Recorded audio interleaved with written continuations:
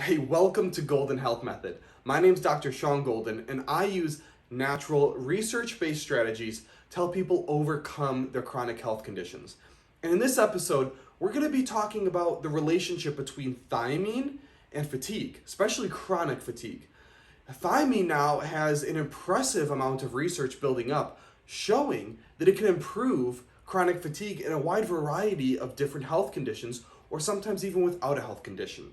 And fatigue isn't something that's unusual in modern day living. Most of us, to some degree or another, undergo some type of fatigue, but for many of us, it's sometimes an ongoing thing that occurs on a daily basis. It becomes chronic and severely limits the quality of our life that we could experience. And so, when there's options that are available to help overcome fatigue, I want to share them with you so that you're able to have these tools under your belt and explore them for yourself. And now that we know that thiamine is having such an impressive relationship with fatigue, we want to understand why and exactly how it works and what we can do with it. So you see, with various disease conditions such as multiple sclerosis, fibromyalgia, Hashimoto's and hypothyroidism, inflammatory bowel disease like Crohn's disease and ulcerative colitis, all of those conditions now have multiple clinical trials under their belt showing that thiamine helps reduce fatigue, and sometimes drastically in those conditions.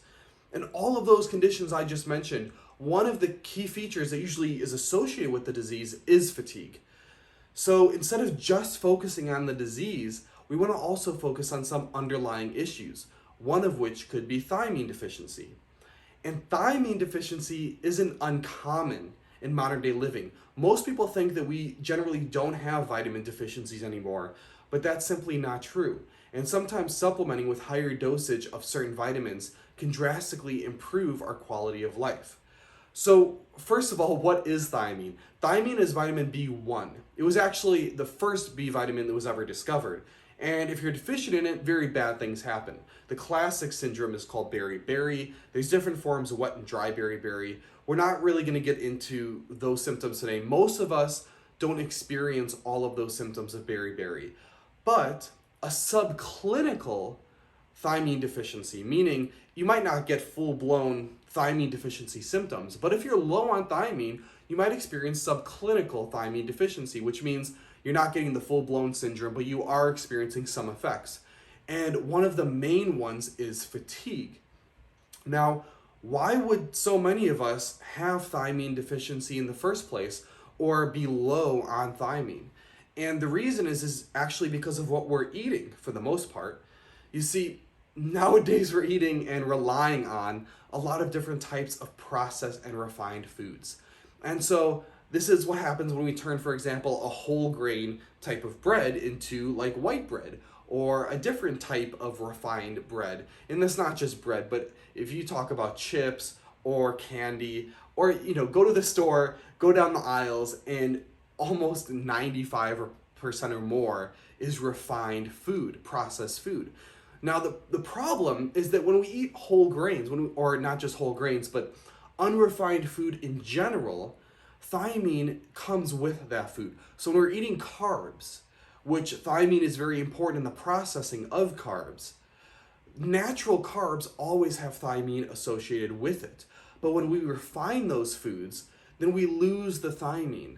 Now, sometimes we don't, and even medical doctors don't think that that's a problem, because it says that the thiamine is getting fortified back in. On the back of the label, it says that it's fortified back with the vitamins. So the vitamins that are lost during the processing and during the refining process we're being told that they're being added back in, and so there shouldn't be any problem.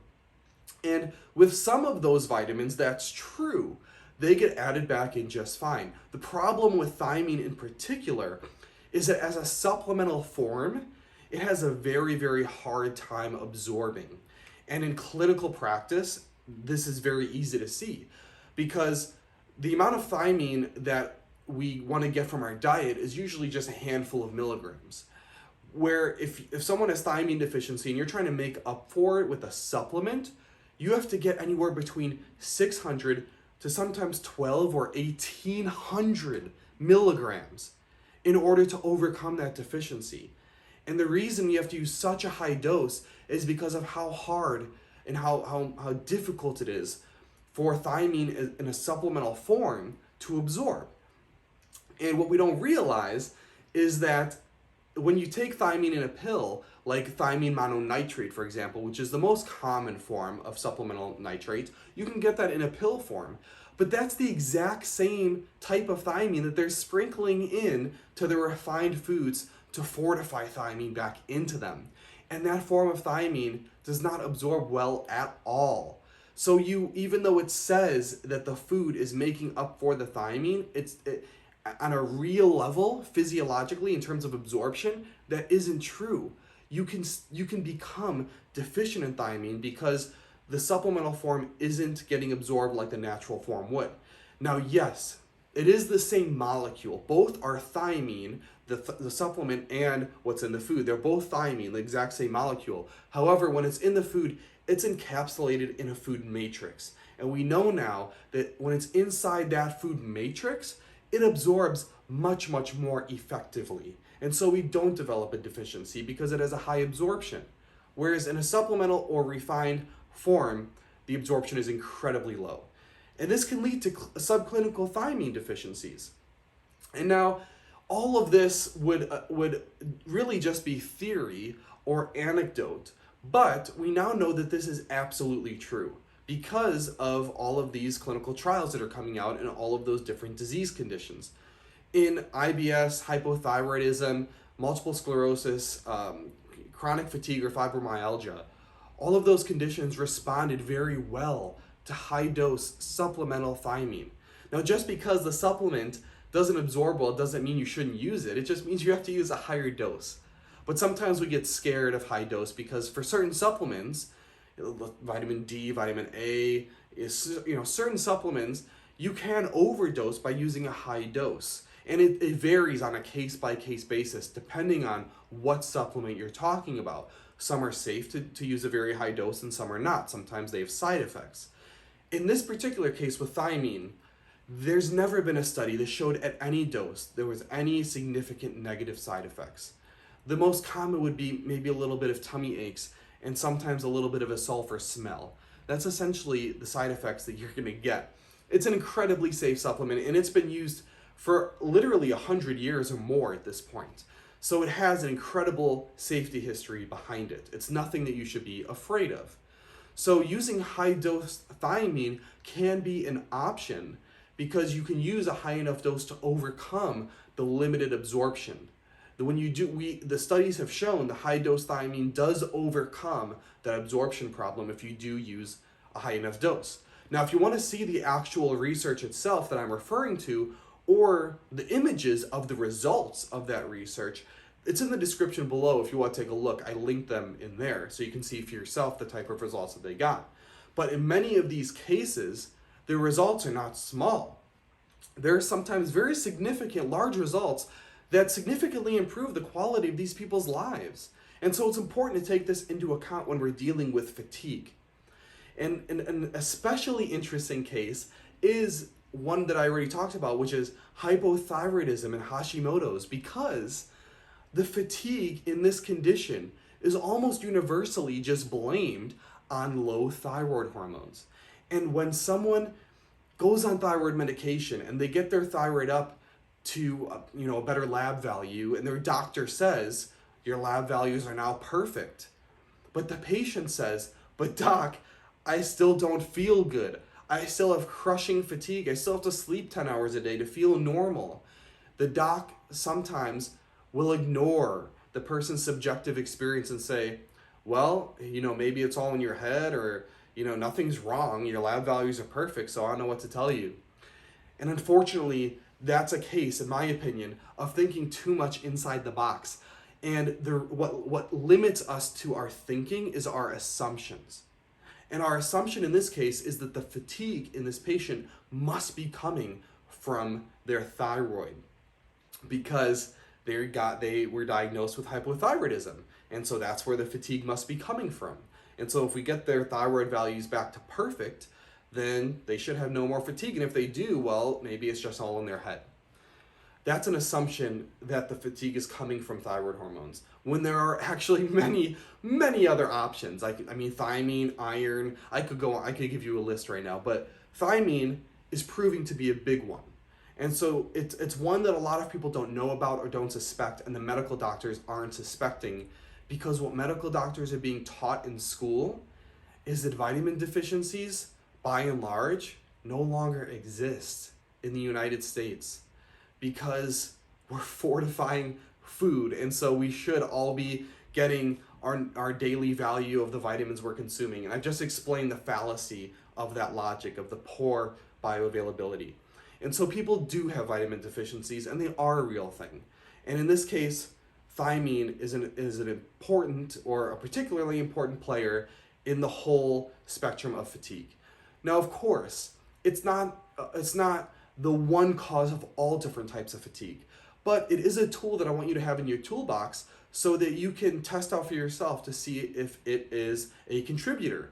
From my personal experience, and I've worked with others as well, but I just want to tell you about mine, is, for those of you who know, I used to have hypothyroidism, and then through my own, natural strategies, I was able to overcome that hypothyroidism. But even though my lab values were now all perfect, I still had this little sense of underlying fatigue. And it wasn't crushing, it was way better than before, but it was still there. And it really wasn't until I tried a type of thiamine therapy, thiamine supplementation, that was able to make that fatigue once and for all completely go away. And that was the last straw. For those of you who know, I also had iron deficiency at one point. Correcting that also improved my fatigue. So there's sometimes more than one cause, but in this video, in this episode, we're going to focus on thiamine. So now that we know the research, the theory, let's get into the how-to. If you want to experiment with thiamine, knowing that it's very safe, how would you do so? What's the most effective way to do so? I'll tell you what's not effective and what most people do. Buying a regular B-complex pill and just taking 1 or 2 of those a day is not an effective way to supplement with thiamine. Even though that pill is going to tell you you're getting like 1,000% of your daily value. And the reason is, even though it's technically high dose compared to what's in food, it's not high dose in terms of what works, because of how poorly available or bioavailable it is. It has a low absorption. So even though it seems high dose, the amount that actually gets into your system is still pretty low. So taking a B-complex pill can definitely help some people through other vitamins and through some thiamine, but it's not going to be the most effective strategy. In general, when looking at both the research and clinical practice, there's essentially 2 different ways you can supplement with thiamine. One is to supplement with just regular thiamine. I prefer, in this case, thiamine HCl, because the HCl increases the stomach acid a little bit, which helps the absorption a little bit too. So thiamine HCl is more preferable than thiamine mononitrate, which is the usual form, the most common form. So thiamine HCl, you would take that with a meal, and you would want to start at something like 600 milligrams and working up to 1,200 or even 1,800 milligrams a day. Usually that's split into 3 servings. So at the highest dose, you'd be doing 600 milligrams 3 times a day. Now, this is a perfectly fine way of supplementing thiamine, and in fact, the majority of the clinical trials that I mentioned earlier used this exact strategy. Regular thiamine, just used a very high dose so that you got enough in your system, and so it was actually effective. Usually they did start at a lower dose, like 600 milligrams, and worked up to 18. It was between 12 to 1,800 milligrams a day total. Again, split usually into 3 servings. Thiamine's water soluble, which means you have to take it every day. It doesn't stay in your system. You lose it and you have to replenish it every day by what you're eating or the supplements that you take. Now, there is one side effect that makes this method sometimes a little difficult, and that is that a very high dose thiamine can give you a weird body odor type of smell. And in this case, it's not really a sulfur smell. I would consider it like a metallic smell. Usually comes from the armpit area. It doesn't smell like BO. And sometimes it's very hard to even smell it on yourself. You might smell it on the shirt that you wore. And sometimes it can leave an odor on that shirt that you wore, and that can stay with that shirt for a while. You have to wash it a few times for that smell to really get out. We don't know entirely what's causing the smell, but it could be thiamine reacting with a heavy metal in your body or with iron, helping to actually excrete the heavy metal or iron, which would be a positive thing. But the binding or the loosening of that iron could be creating this metallic type of smell. Now, for some people, this doesn't happen. So I'm not saying this necessarily has to happen to you. But if you try this method and after a few days to a week, you start noticing, hey, there's a weird smell coming from my armpits and I don't like it, then you could try a different method of thiamine supplementation. And this other method is using a different form of thiamine that's actually lipid soluble. So it's a thiamine derivative that was created, but once it gets in your body, it turns into regular thiamine. So it's just this lipid derivative of thiamine that enables it to just get right past the intestinal barrier, right through the membranes, and when it goes into the cells, it goes in actually as thiamine. And so this is called either lipothymine or lipothiamine. I don't think there's an H in that one. Lipothiamine or allithymine, A-L-L-I thymine. So lipo, L-I-P-O, lipothiamine or allithymine. Both of those are the same molecule, the exact same, and they absorb very, very well. They're just different brand names. And so they're both very, very good. There is another thiamine called benfotiamine. Actually, I think lipothymine does actually have an H. I think it's benfotiamine that does not have an H. But anyway, you'll find it. So benfotiamine is another derivative, another type of thiamine, but that one doesn't have quite as good of a job of entering into the nerves. It does a very good job in the peripheral nerves, meaning the peripheral nervous system or the extremity nerves. But as far as the central nervous system goes and the brain, it doesn't always have the best ability to be bioavailable in the central nervous system, which would probably be more important for fatigue. So that's why I'm focusing more on lipothymine and allithymine. So just to summarize again, you have regular thiamine HCl. That's one option. And you would want to use a relatively high dose, 600 to 1800 milligrams per day, split up into 3 servings. Or you could use lipothymine or allithymine, which are the same thing. And they're very, very bioavailable. So you need a much lower dose. Each pill is usually about 50 milligrams. And you can go anywhere from like 50 to 150 or maybe max 200, but that's getting to be kind of a high dose. Now, usually people are okay at around 50 to 150. Now, when you supplement with lipothymine or allithymine, I would start at 50, which is just one pill, and then over the course of a week or 1 to 3 weeks, add in another pill, or up to maybe 3 or 4 pills tops. 3 pills is usually the max most people need. So that could be 1 pill 3 times a day, or 2 pills in the morning, 1 pill at night, that type of thing. That's perfectly good other strategy. It tends to get fantastic results, sometimes even better results than the regular thiamine because of how good it absorbs. Now, sometimes with these lipid thymines, the allithymine and lipothymine, sometimes you can get another smell. This time it comes from your breath, and it's more of a sulfur type of smell. And it's not terrible. It's not something that like stinks up the room, but if someone's close to you, they might be able to smell it out of your breath. If that's a side effect that occurs to you and you want to avoid it, the way you can avoid it is by taking all of your lipothymine or allithymine with your evening meal at dinner, because it takes a couple hours for that smell to actually come out of you, and it doesn't last for a whole day. So usually by the time you wake up and you start your day, the smell's already gone. It was coming out of your breath during the nighttime. So that's another way that you can kind of avoid that side effect. Now, one last thing I want to mention, just for completeness, is that with lipothymine, especially, this happens more often with lipothymine, is if you drastically elevate your thiamine level suddenly, which can happen with allithymine and lipothymine, then sometimes you get this paradoxical reaction where you can actually get more fatigued for a period of time.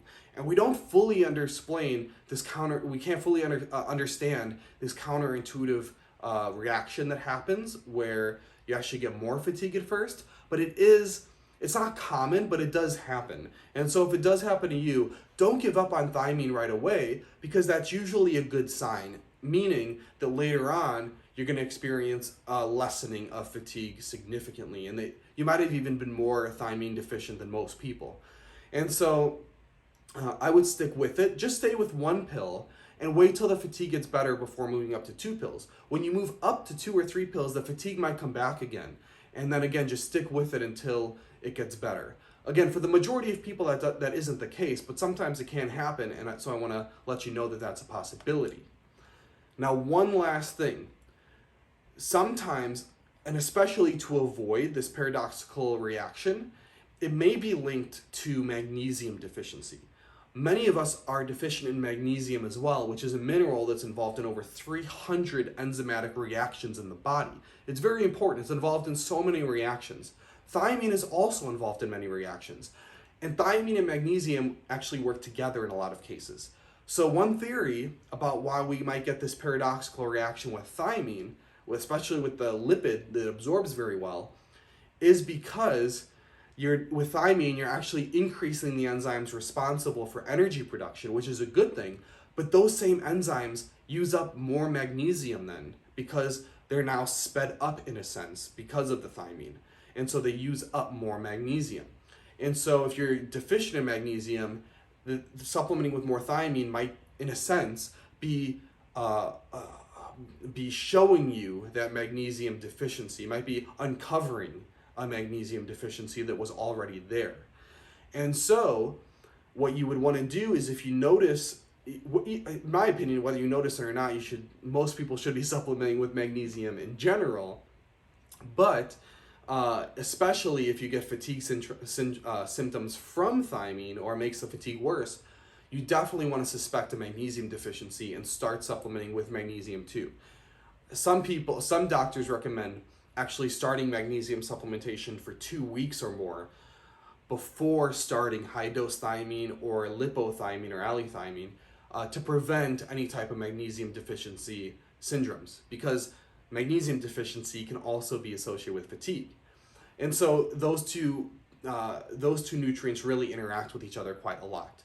And so we've actually known this for a long time, because there's something called Wernicke's encephalopathy, which is a type of neurological condition that can occur from thiamine deficiency, especially when the thiamine deficiency gets severe and you're older. Then, and especially this occurs with drinking a lot of alcohol, because those are completely empty calories that need to get processed and turned into energy. And so it uses up a lot of thiamine in the process. And so in Wernicke's encephalopathy, the thiamine levels can get very depleted. And we've known for decades and decades now that supplementing with both thiamine and magnesium gives a much better clinical response than just supplementing with thiamine. And so again, this is kind of that theory of how these two are interacting. So the summary is, again, supplement with high-dose thiamine, 600 milligrams to 1,800 milligrams total, split up into 3 servings, or the lipid-soluble ones, which is lipothymine or allothymine. They're the same thing, and usually 50 to 150 milligrams per day total.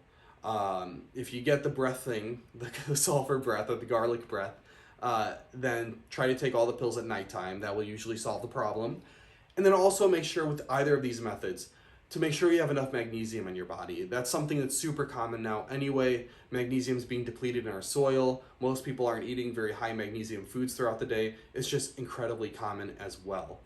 So, and for magnesium supplementation, you'll find a separate video for that eventually, but just briefly, usually magnesium glycinate, gluconate, lysine, taurinate, threonate, all of those are okay. The two that have the most problems associated with them are magnesium oxide and magnesium citrate. Magnesium oxide doesn't absorb very well. Magnesium citrate is more prone to give you diarrhea. And so those two are the forms I usually avoid. Any other form of magnesium is generally okay, unless it's magnesium citrate or oxide. So you don't have to memorize the first list that I just named. As long as it's not magnesium oxide or citrate, all of the other ones, there's minor differences in how they absorb. For magnesium supplementation, I usually recommend a minimum of 400 milligrams a day, sometimes more. So that would be 200 milligrams twice a day at minimum, sometimes 300 milligrams twice a day. Make sure you check the serving size, because most of the time, if it's, let's say, 200 milligrams of magnesium, that might be for 2 pills, not 1 pill. In which case you would have to take 4 pills a day to get to 400 milligrams. So make sure you check your bottle and see the actual dose that you're taking, because sometimes people mistake that with magnesium in particular. Okay, so I know this was a whirlwind of information about thiamine. I hope it was helpful. I hope you see the value here. Many of us are just dealing with fatigue and are left without any answers. There's actually a lot of different reasons for fatigue some of them are very common. We didn't cover all of them in this video, but one of them is thiamine. So if you want to experiment with that, I would check that out. And one last thing that I want to say is, unfortunately, there isn't a reliable lab marker available for thiamine status. It does exist, but the vast majority, 99+% of labs do not carry it. And you cannot just get your standard thiamine levels checked in terms of a blood value of thiamine levels, because that's unfortunately been shown repeatedly to not be a reliable marker. So honestly, your best bet is to just experiment for yourself and see what results you can get in your own body in terms of alleviating or getting rid of fatigue. And I would give thiamine at least 2 months before you determine effectiveness. So stick with it. It does take some time to replenish that thiamine status, but stick with it, give it 2 months, 2.5 months, and just see if you're noticing a difference. Fatigue can be tricky because we sometimes immediately get used to how we've been feeling the past week, and we think it's always been our normal for some reason. So sometimes you won't actually recognize the improvement in fatigue unless you write it down. So I actually encourage my clients and you as well, before you start thiamine, for a few days, just rate, like on a 0 to 10 scale, how bad your fatigue has been. And then after a couple months of thiamine, just think to yourself over the past week or over the past few days, what number on a 0 to 10 scale has my fatigue actually been?